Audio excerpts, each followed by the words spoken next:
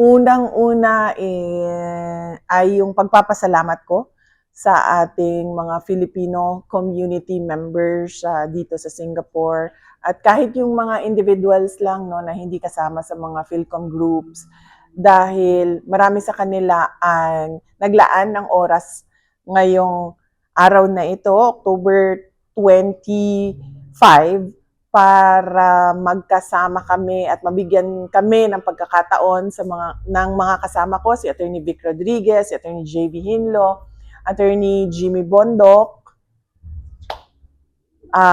Dr. Richard Mata, na makapagbigay ng unang-una pasasalamat, pangangamusta at pagbabahagi ng mga pangarap natin para sa Pilipinas. Kaya thank you sa oras ng ating mga kababayan dito sa Singapore.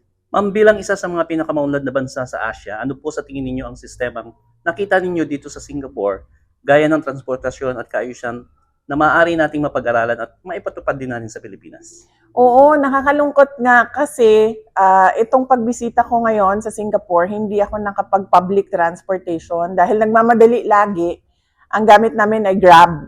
Pero napakaganda at napakaayos ng sistema ng Grab nila dito, no? At yung mga drivers nila ay meron talagang disiplina at respeto sa mga pasahero. Ang isa ko pang nakita na sa tingin ko ay pwedeng makopya ng Pilipinas, masunod natin doon sa Pilipinas ay yung paggamit nila ng kanilang espasyo, spaces nila, no? Dahil siguro maliit lang siya na bansa, yung Singapore, ay ginagamit nila ng maayos lagi yung spaces nila. So meron talagang, kumbaga, maayos na urban planning yung kanilang paggamit ng kanilang lupa. At ang nakita ko din ay kahit madaming semento, madami ding puno, madami ding halaman. No? So meron talaga silang mga lugar na naglalagay sila ng green open areas. At kahit saan ka man mapunta or nakalsada, meron talagang mga green pockets na makikita mo. At mga katulong yon din sa atin dahil nakikita natin yung urban landscape tsaka urban planning na napakaganda dito sa Singapore. Ma'am, last question po. Isa po ang Singapore sa may pinakamaraming OFW at sa inyong pagbisita, marami po ang natuwa at nabigyan ng pag-asa. Pero marami din po ang di nabigyan ng pagkakataon makalabas at makita ka ng personal. Ano po ang mensahe po natin sa mga kababayan? Nagpadala ng suporta online o sa social media. O nga nalungkot ako kasi madami talaga ang nasa trabaho ngayon. No, yun lang mga naka-day off at nag-absent, yun lang yung at maka-afford na mag-absent sila.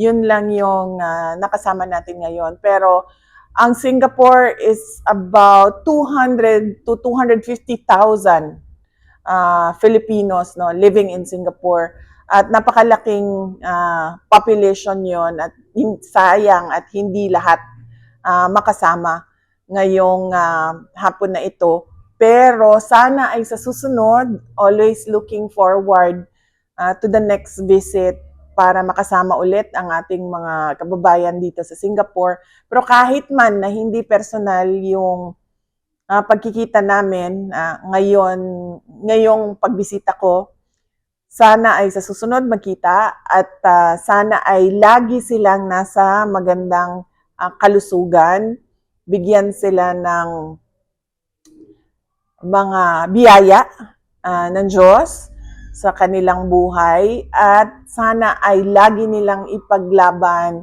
ang disiplina, ang kaayusan at kawalan ng korupsyon sa ating bayan.